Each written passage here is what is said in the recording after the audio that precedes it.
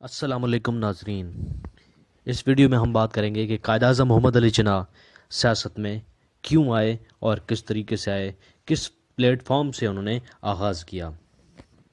Video मज़ीद आगे बढ़ने से पहले आपसे रिक्वेस्ट है कि चैनल को सब्सक्राइब करें, लाइक करें और बेल आइकन को ज़रूर प्रेस करें ताकि आने वाली वीडियोज़ आपको मिलती रहें। 1857 की जंग आज़ादी में बहुत से हिंदुस्तानियों ने हिस्सा लिया। जंग के बाद कुछ एंग्लो हिंदुस्तानियों और बरतानिया में मौजूद कुछ हिंदुस्तानियों ने बरसगीर के लिए वसी खुद मुख्तारी का मुतालबा किया। इन मुतालबात के नतीजे में 1885 में ऑल इंडियन नेशनल कांग्रेस का क़याम अमल में लाया गया। इस जमात के अक्सर कायदीन बरतानिया से पढ़े लिखे थे। इनके मुतालबात पर हुकूमत छोटे मोटे इस्लाहात सामने लाती रहती थी। मुसलमान ज़्यादा दिलचस्पी जमहूरी इदारों के क़याम में न रखते थे। वजह यह थी कि उनकी आबादी मजमूई आबादी का सिर्फ 1/3 हिस्सा थी, यानी वो अक़लियत में थे और हिंदू अक्सरियत में थे। 1920 में जिन्ना वकालत की इब्तदाई मशक 1920 तक जिन्ना वकालत की इब्तदाई मशक करते रहे, साथ साथ सियासत में भी हिस्सा रखते थे। जिन्ना ने दिसंबर 1904 में बम्बई में कांग्रेस की 20वें सालाना इजलास में शिरकत की। अपनी सियासी ज़िंदगी का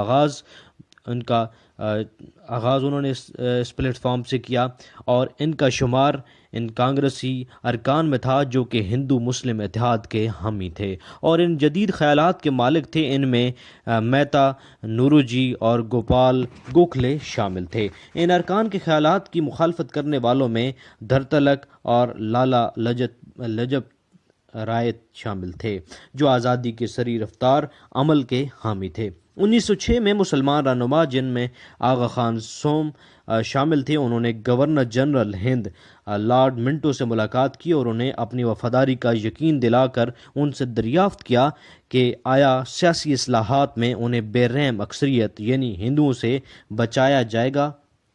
इस अमल में इख्तलाफात करते हुए जिन्ना ने गुजराती अखबार के मुदीर को ख़त लिखा कि मुसलमान रहनुमा किस तरह मुसलमानों की क़यादत कर रहे हैं।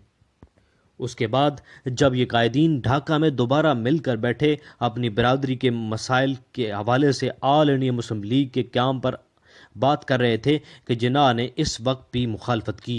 हिंदुस्तान में इस वक्त वसराय भी मुसलमानों की जमात को मानने के हक में न थे, क्योंकि लीग ने तकसीम बंगाल की मनसूखी पर अपने आप को ज़्यादा पुरअसर साबित न किया। 1906 में कायद आज़म मोहम्मद अली जिन्ना ने कांग्रेस में शमूलियत इख्तियार की, जो कि इस वक्त हिंदुस्तान की सबसे बड़ी जमात थी।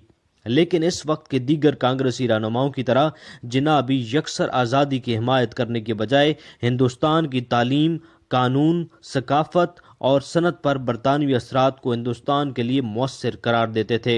जिन्ना 60 रुकनी मरकजी मशावरती कौंसल इम्पीरियल लेजिस्लेशन कौंसल के रुकन बन गए। इस कौंसल को की ज़ाती कोई हैसियत या ताकत न थी। इस वक्त ज़्यादातर अरकान गैर मुंतखब सल्तनत बरतानिया की ज़बान बोलने वाले यूरोपी थे।